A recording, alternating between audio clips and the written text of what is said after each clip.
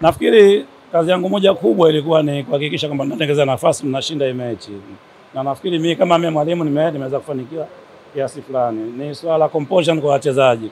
Ndio maana nimesema tumetengeneza nafasi, first priority, lakini kitu cha pili ni cha kufanya kazi ni kuzitumia zile nafasi ambazo tumezifanya. Narudi katika uwanja wa mazoezi na naamini baadaye tutakuwa tuko vizuri. Mwalimu, binafsi yako nadhani kutokuwepo kwenye benchi la ufundi kwenye mechi ya kwanza imekuia ugumu ama kuna tofauti gani umeona? Of course ilikuwa ni ngumu ukilinganisha na ule muda ambao nimepata kwenye timu. Nimekuja siku mbili mechi. Ni kitu sio kitu cha rahisi. Sio kitu cha rahisi kabisa. Kama nimejitoa mwanga. Lakini as long as nimejiamini kwa sababu ni all the time niko kwenye national team na nakutana na hali kama hii. Kwa hiyo nafikiri ni kitu kizuri kwa saidia timu na kusogea katika stage nyingine, sio. Performance ya mchezaji mmoja kwako inakupa moyo? Bado na nafasi ya kupush. Individual performance sio nzuri, to be honest. Tunahitaji kurudi kwenye uwanja wa mazoezi kuhakikisha tuna increase performance ili kuweza compete na watu wengine.